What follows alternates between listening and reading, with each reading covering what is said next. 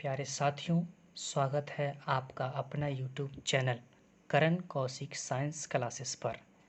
हम लोग class 10th के बायोलॉजी को पढ़ रहे थे, जिसका मैंने एक वीडियो अपने यूट्यूब चैनल करण कौशिक क्लासेस पर डाल दिया था। अगर आप लोगों ने उस वीडियो को नहीं देखा है तो प्लीज़ पहले उस वीडियो को देखें, फिर इस वीडियो को देखें। हम लोग इस वीडियो में आज पढ़ेंगे क्लास 10th के बायोलॉजी के सिलेबस के बारे में, उसके बाद विभिन्न चैप्टर्स के बारे में। लेकिन पढ़ने से पहले मेरी आपसे एक गुजारिश है कि पहले इस वीडियो को ध्यान से सुनें और समझें, फिर दोबारा इस वीडियो को देखकर अपनी कॉपी में नोट करें। तो चलिए शुरू करते हैं। तो देखिए, आज हमारा दूसरा दिन है, डे 2 बायोलॉजी पढ़ रहे हैं।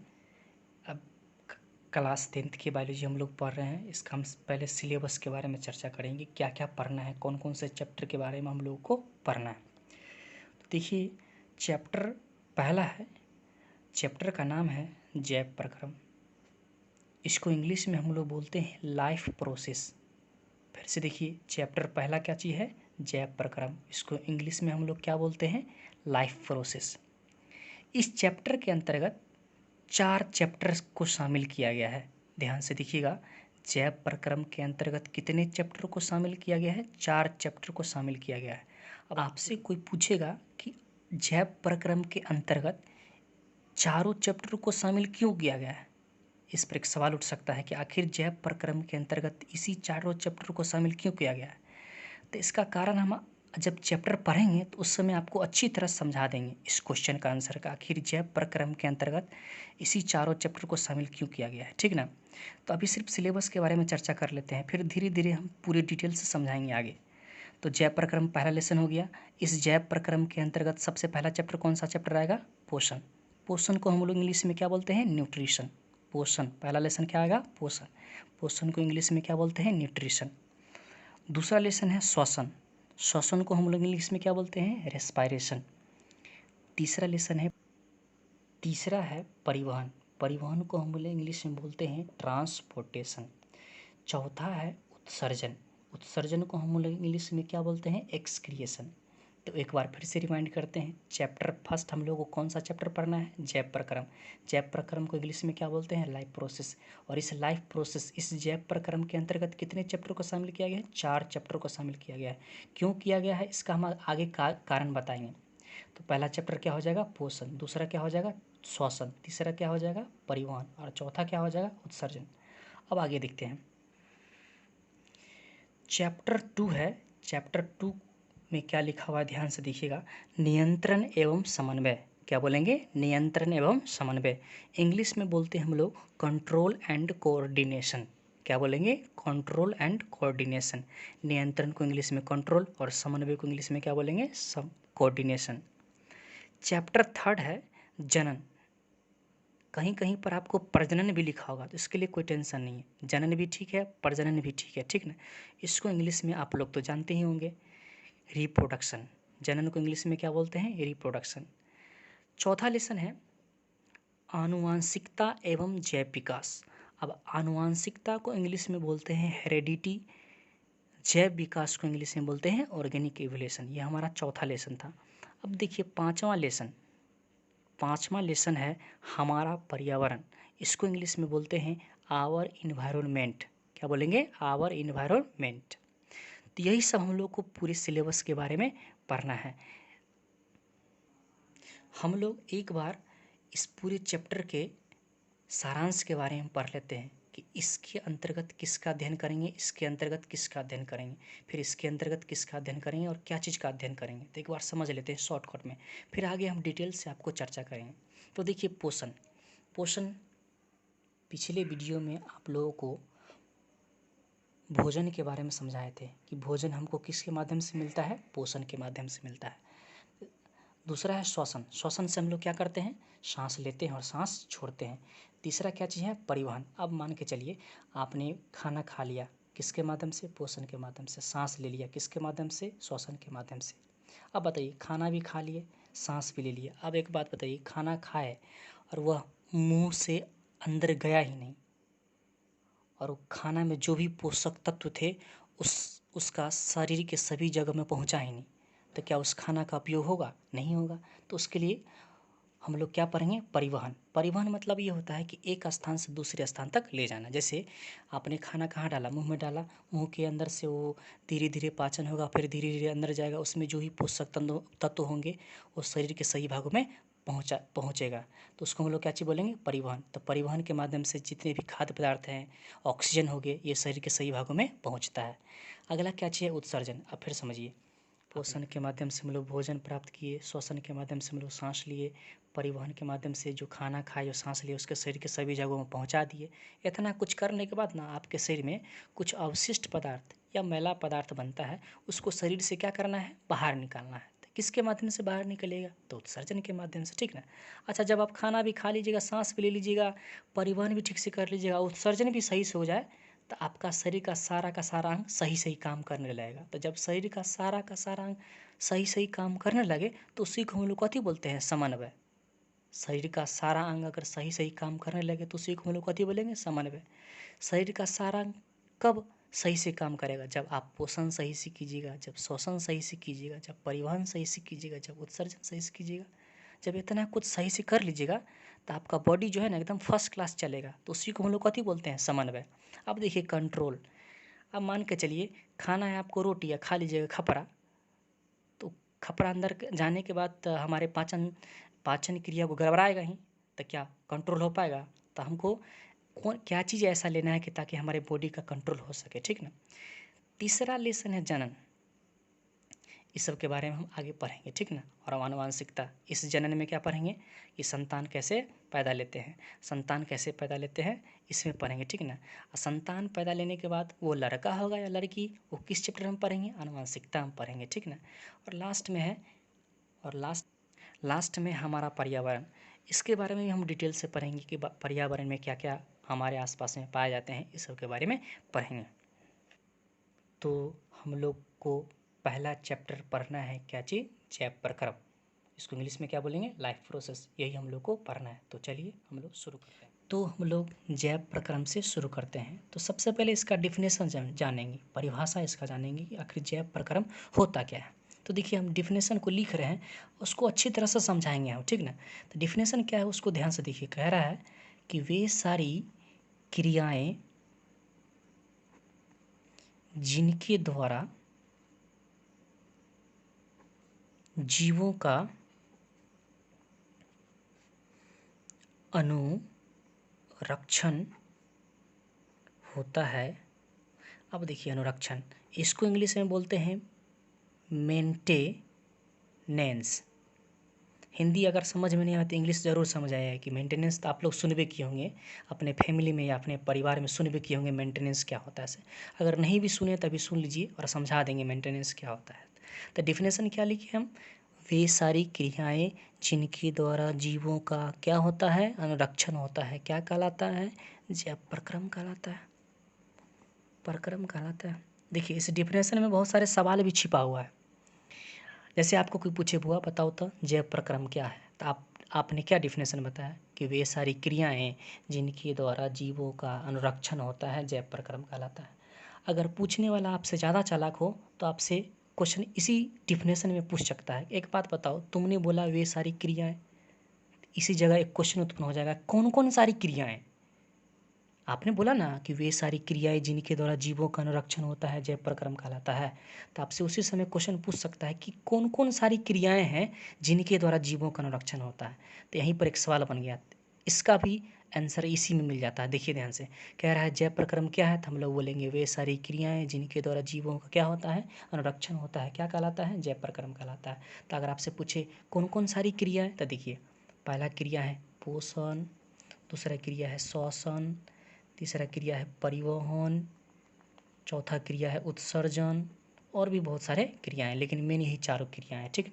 अब देखिए, अब अनुरक्षण समझिए, मेंटेनेंस, इंग्लिश में क्या बोलते हैं? मेंटेनेंस। अब ये क्या होता है? जैसे आप लोग फैमिली में सुने होंगे मेंटेनेंस क्या होता है। जैसे अगर आप गांव से शहर में आए होंगे तो आप डेरा लेके रहते होंगे, खुद से खाना बनाते होंगे, तो इसके लिए आप गार्जियन से क्या कहते हैं कि तो इसके लिए आप क्या कहते हैं गार्जियन से कि देखिए हम बाज़ार में रहते हैं, से हमको 3,000 रुपया दीजिए और हम पूरे महीने का मेंटेनेंस कर लेंगे। तो देखिए मेंटेनेंस शब्द आया ना, 3,000 रुपया में वो अपना पूरे महीना का मेंटेनेंस कर लेगा। अर्थात इसका मतलब 3,000 रुपया में वो अपना रूम रेंट भी दे देगा, सिलेंडर में जितने गैस भराएंगे उसका भी रुपया उसी में हो जाएगा, खाना बनाने में जितना पैसा लगेगा उसी में 3,000 रुपया में ही हो जाएगा। मतलब 3,000 रुपया में उसको पूरे महीने का मेंटेनेंस हो रहा है। क्या क्या चीज़ का मेंटेनेंस हो रहा था अभी बताइए दिए। तो यहाँ पर तो हो गया कि आपके जीवन में बाहरी जीवन में क्या क्या मेंटेनेंस करना है वो तो बता दिए, ठीक ना। लेकिन अगर आपसे पूछे कि शरीर का मेंटेनेंस कैसे होता है, शरीर का मेंटेनेंस कैसे होगा, तो देखिए शरीर का मेंटेनेंस कैसे हो, जैसे अगर मान के चलिए अगर आप भोजन नहीं लीजिएगा तो क्या आप जीवित रह पाइएगा? नहीं जीवित रह पाइएगा। क्या आपका शरीर मेंटेनेंस हो पाएगा? नहीं हो पाएगा। तो आपको सबसे पहले क्या चाहिए? भोजन चाहिए। और भोजन हमको कहाँ से मिलेगा? पोषण विधि से मिलेगा। अब देखिए जैसे खाना खा लिया, सांस के बगैर आप जिंदा रह सकते हैं? सांस तो लेना बहुत ज़रूरी है। अगर सांस नहीं लेंगे तो क्या हमारे शरीर का मेंटेनेंस हो पाएगा? नहीं हो पाएगा। तो सांस भी हमको बहुत ज़रूरी होता है अपने आप के मेंटेनेंस के लिए। अब देखिए फिर पीछे बताए थे आपको, खाना इससे मिलेगा, सांस हमको इस विधि से मिलेगा। अब जब दोनों ले लिए तब इसको शरीर के सभी जगह पहुंचाना भी है, तो किसके माध्यम से पहुंचाइएगा? परिवहन के माध्यम से पहुंचाइएगा। इतना कुछ कर लेने के बाद आपके बॉडी में जो है, आपके शरीर में कुछ अवशिष्ट पदार्थ बनेगा, तो उसको किस माध्यम से निकलेगा? तो उत्सर्जन के माध्यम से निकलेगा। इतना कुछ जब आप कर लीजिएगा ना, तो आपका शरीर का पूरे मेंटेनेंस अच्छा से हो जाएगा। बात समझ में आ रहा ना? फिर समझिए, अगर आपसे पूछे जैव प्रक्रम क्या है तो क्या बोलिएगा? वे सारी क्रियाएं जिनके द्वारा जीवों का क्या होता है? अनुरक्षण होता है या मेंटेनेंस होता है, क्या कहलाता है? जैव प्रक्रम कहलाता है। पूछेगा कौन कौन सारी क्रियाएं, एग्जाम्पल बताओ, तो क्या बताइएगा? पोषण हो गया, श्वसन हो गया, परिवहन हो गया, उत्सर्जन हो गया। अगर फिर समझाना चाहते हैं किसी को कि बताओ कि पोषण के द्वारा कैसे मेंटेनेंस होता है, तो देखिए पोषण के द्वारा आप क्या प्राप्त करते हैं? भोजन। बिना भोजन के आप जीवित रह पाइएगा? क्या आपके बॉडी का मेंटेनेंस होगा? नहीं होगा मेंटेनेंस। सांस के बगैर क्या आपके बॉडी का मेंटेनेंस होगा? नहीं हो पाएगा। मान के चलिए खाना भी ले लिए, सांस भी ले लिए, उसके शरीर के सभी जगह पहुंचाना है उसको, तो किसके माध्यम से पहुंचेगा? परिवहन के माध्यम से। शरीर में मैला पदार्थ उसको बाहर निकालना है, या तो अगर नहीं निकलेगा तो बीमार पड़ जाएगा, तो बीमार पड़ जाएगा तो क्या आपके बॉडी का मेंटेनेंस हो पाएगा? नहीं हो पाएगा। इसका मतलब इतना कुछ कर लेने के बाद ना आपका शरीर एकदम सही सही चलेगा, तो आपका शरीर क्या हो जाएगा? मेंटेनेंस हो जाएगा, संरक्षण हो जाएगा। तो यही सब क्रिया के द्वारा हम लोगों का क्या होता है? संरक्षण होता है, मेंटेनेंस होता है। यही सब क्रिया को ही हम लोग कथी बोलते हैं? जैव प्रक्रम बोलते हैं। शायद आप समझ गए होंगे, ठीक ना। अगर आप नहीं भी समझे होंगे ना, तो एक बार फिर से वीडियो को रिमाइंड कीजिए, फिर से देखिए वीडियो को। जितना बार आप वीडियो देखिएगा उतना आपको बेहतर समझ में आएगा, ठीक ना। तो चलिए हम लोग आगे बढ़ते हैं। आगे बढ़ने से पहले हम लोग इस सब के बारे में पढ़ना होगा ना, पोषण क्या होता है, श्वसन क्या होता है, परिवहन क्या होता है, उत्सर्जन क्या होता है। लेकिन ये सब पढ़ने से पहले ना कुछ ऐसा बात बता देते हैं आपको, जहाँ पर जब आगे पढ़िएगा तो वहाँ पर ज़रूरत होगा। अभी जितना बात बताने जा रहे हैं, ठीक ना। तो ये बात हम कुछ महत्वपूर्ण महत्वपूर्ण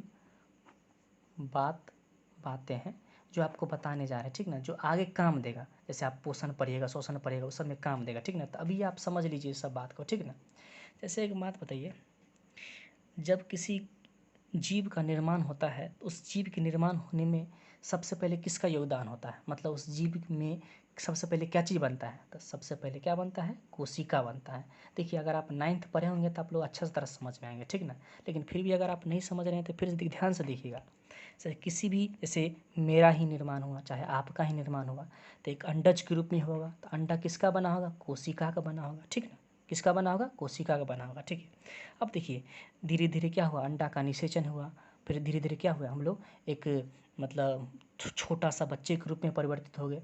इसका मतलब बहुत ज़्यादा कोशिका हो गया। बहुत ज़्यादा जब कोशिका मिलता है तब किसका निर्माण होता है? उत्तक का निर्माण होता है, ठीक ना। जब बहुत सारा, सबसे पहले क्या चीज़ का निर्माण हुआ? कोशिका। और जब बहुत सारा कोशिका मिला तब क्या चीज़ का निर्माण हुआ? उत्तक। अब देखिए धीरे धीरे आपका शरीर का आकार क्या होगा? बढ़ेगा, तो उत्तक की संख्या भी बढ़ेगी। तो जब उत्तक की संख्या बढ़ेगी, जब बहुत सारा उत्तक मिलेगा, तब क्या चीज़ का निर्माण होगा आपके शरीर में? अंग। अंग मतलब जैसे आँख का निर्माण होगा, कान का निर्माण होगा, आपका थोबरा समझते हैं ना, मुँह का निर्माण होगा। फिर देखिए हाथ का निर्माण होगा, उसी को हम लोग कथी बोलते हैं? अंग। आप बताइए, आपके शरीर में हाथ भी हो गया, पैर भी हो गया, मुँह भी हो गया, सब चीज़ हो गया ना, तो पूरे समूह को हम लोग कथी बोलेंगे? अंग तंत्र।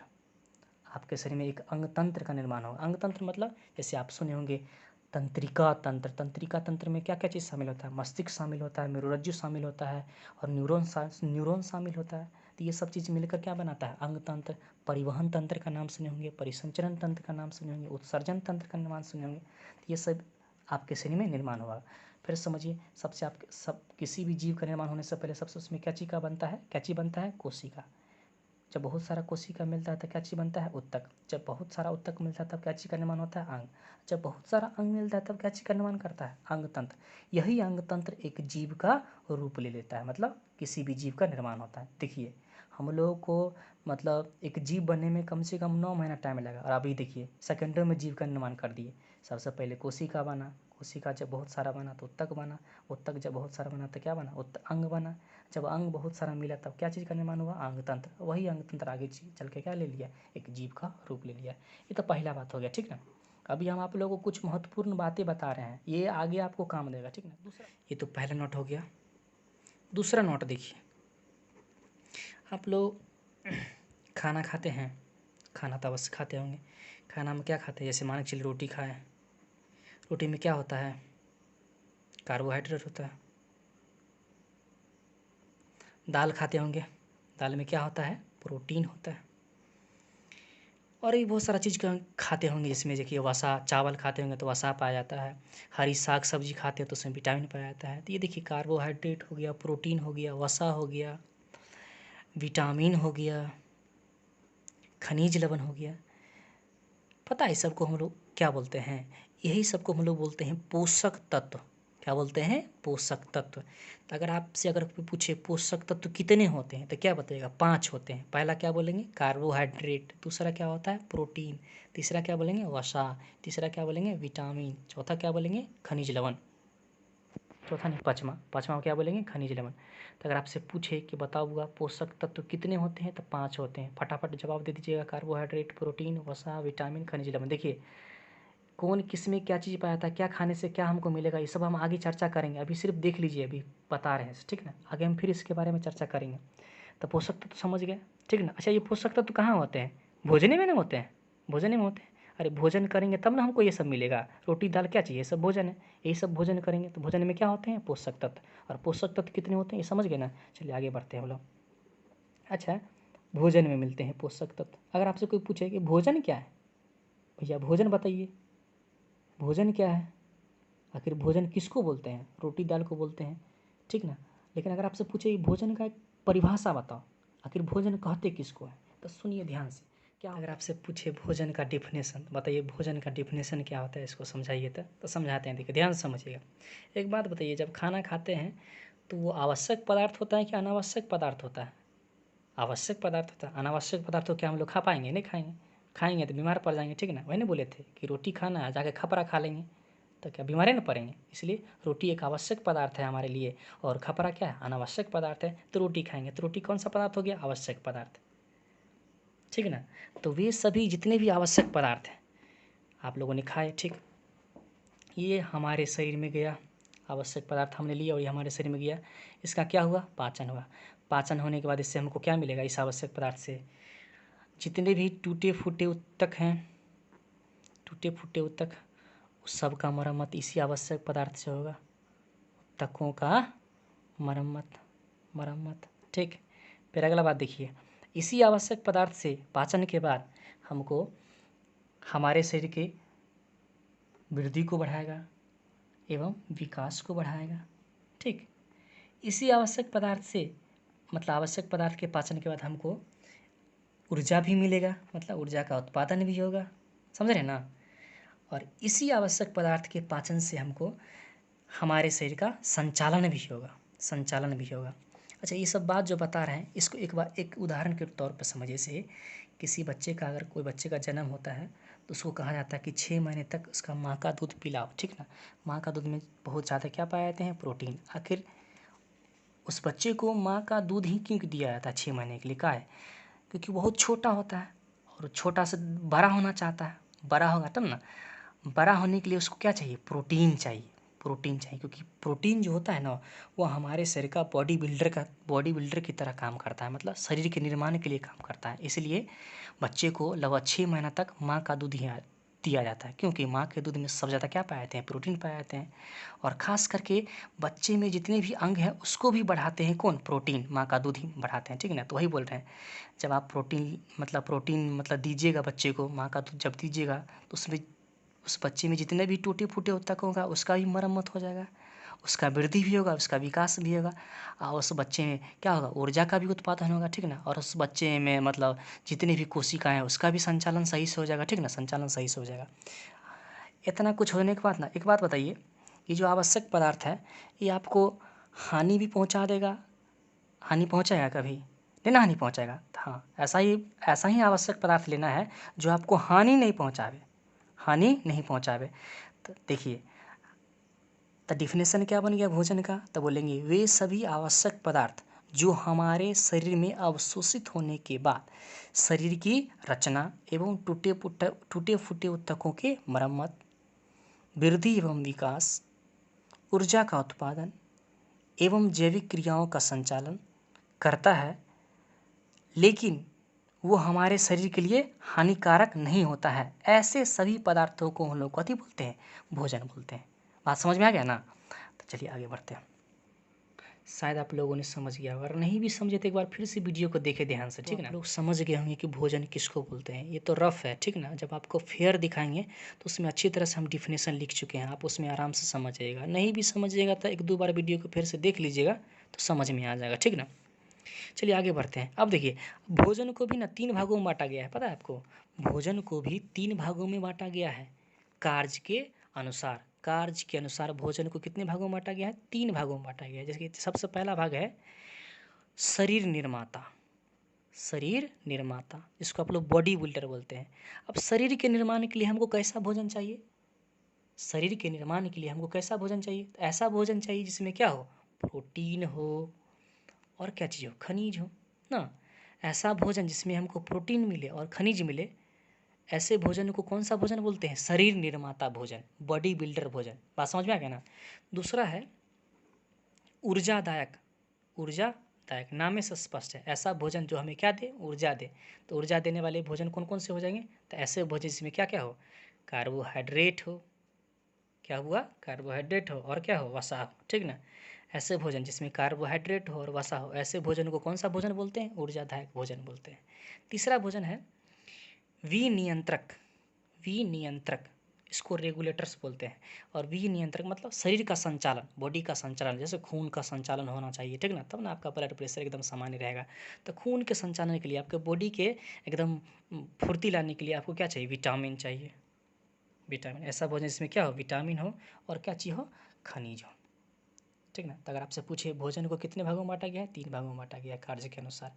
पहला शरीर निर्माता, बताइए कौन कौन से ऐसे भोजन जिसमें हमको शरीर का निर्माण होगा, जिस भोजन में प्रोटीन हो, जिस भोजन में खनिज हो, ऐसे भोजन से हमको कथी क्या चीज़ का निर्माण होगा, शरीर का निर्माण होगा।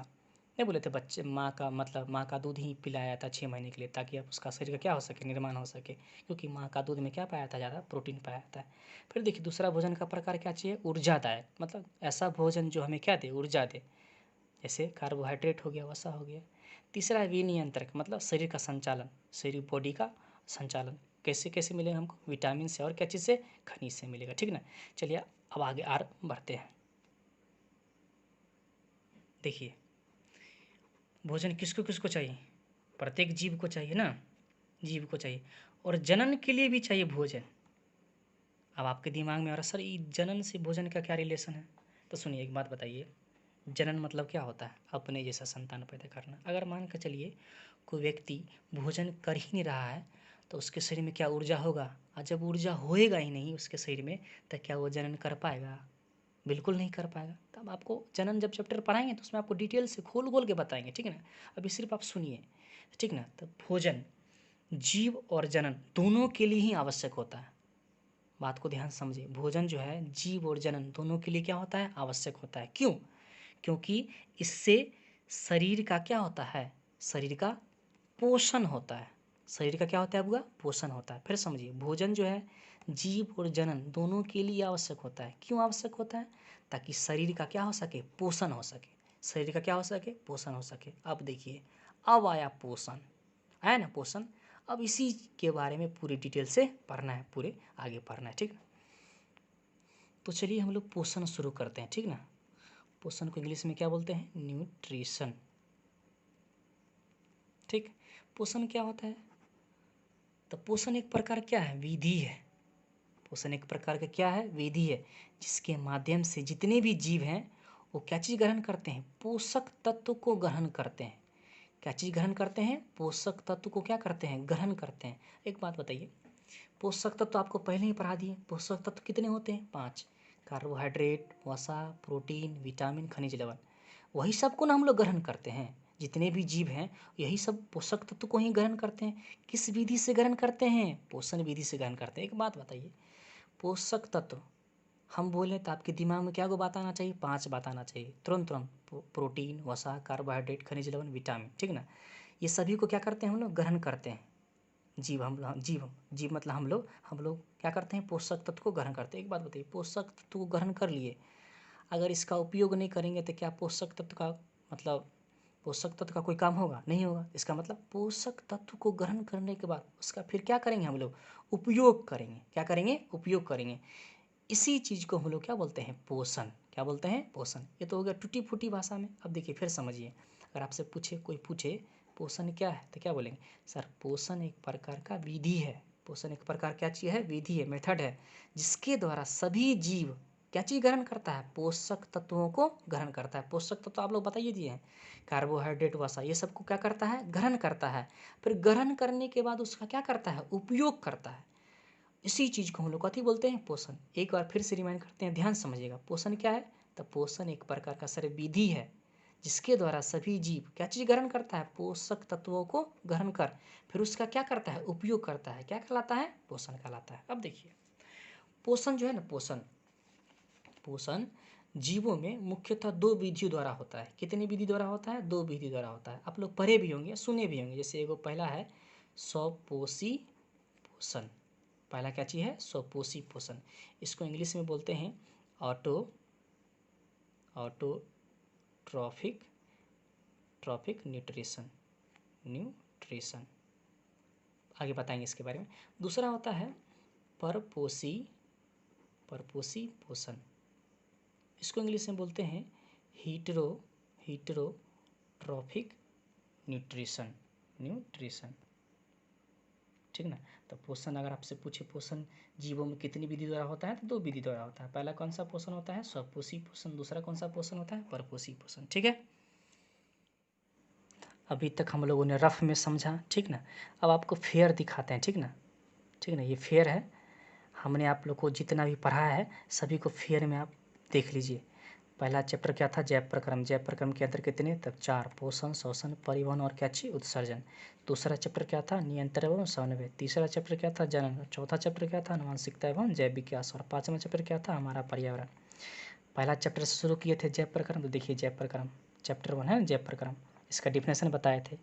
जैव प्रक्रम क्या होता है? तो कहेंगे वे सारी क्रियाएं जिनके द्वारा जीवों का क्या होता है? अनुरक्षण होता है। इंग्लिश में क्या बोलेंगे? मेंटेनेंस होता है। क्या कहलाता है? जैव प्रक्रम कहलाता है, ठीक। अगर आपसे कोई पूछे वे सारी क्रियाएं, तो भाई कौन कौन सारी क्रियाएं? तो एग्जाम्पल में बताएंगे, पोषण हो गया, शोषण हो गया, परिवहन हो गया, उत्सर्जन हो गया इत्यादि। यह सब के द्वारा जीवों का क्या होता है? अनुरक्षण होता है। और यही सब क्रिया को हम लोग कथी बोलते हैं? जैव प्रक्रम बोलते हैं, ठीक। फिर आपको बताए थे कुछ महत्वपूर्ण बातें। इसमें नोट फर्स्ट में देखिए, सबसे पहले किसका निर्माण होता है? कोशिका। जब बहुत सारा कोशिका मिलता है तो किसका निर्माण होता है? ऊतक। और जब बहुत सारा ऊतक मिलता है तो किसका निर्माण होता है? अंग। और जब बहुत सारा अंग मिलता है तो क्या चीज़ का निर्माण होता है? अंग तंत्र। और जब बहुत सारा अंग तंत्र मिलता है तो क्या चीज़ का निर्माण होता है? एक जीव का रूप ले लेता है, ठीक ना। अब हम ये तो पेज फर्स्ट था, ये पेज फर्स्ट था, ठीक ना। अब आते हैं हम लोग पेज 2 पर। तो देखिए पेज 2 क्या है।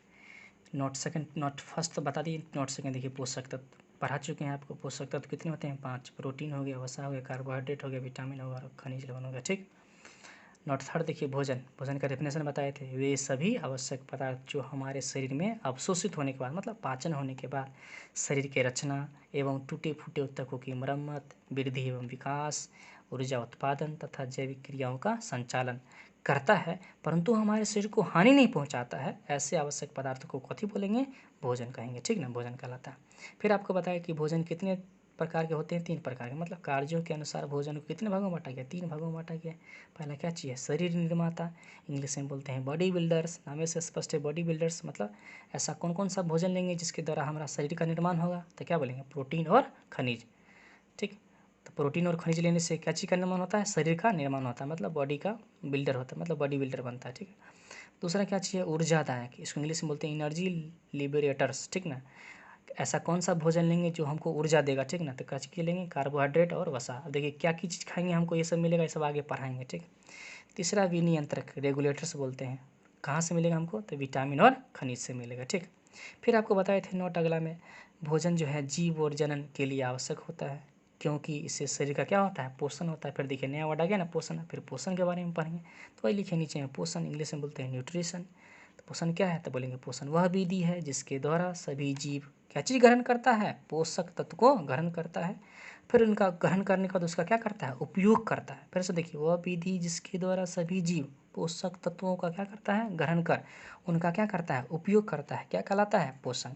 फिर आगे बताएं, जीवों में पोषण मुख्यतः कितनी विधि द्वारा होता है? 2 विधि द्वारा होता है। ठीक ना, पहला हो गया स्वपोषी पोषण, इंग्लिश में बोलते हैं ऑटोट्रॉपिक न्यूट्रिशन। दूसरा क्या है? परपोषी पोषण, इंग्लिश में बोलते हैं हीटरोट्रॉपिक न्यूट्रिशन। ठीक ना, यही से फिर आगे इस सब के बारे में हम डिटेल से पढ़ेंगे। ठीक ना, अगला वीडियो अब फिजिक्स का आएगा। ठीक ना, फिर अगला वीडियो केमिस्ट्री का, फिर उसके बाद बायोलॉजी पढ़ेंगे। ठीक ना, तो आज के लिए इतना ही। अगर आपको पसंद आया हो तो लाइक कर दीजिएगा। ठीक ना, अगर आगे भी वीडियो देखने के लिए चैनल को सब्सक्राइब कर लीजिए। ठीक ना, आज के लिए इतना ही। जय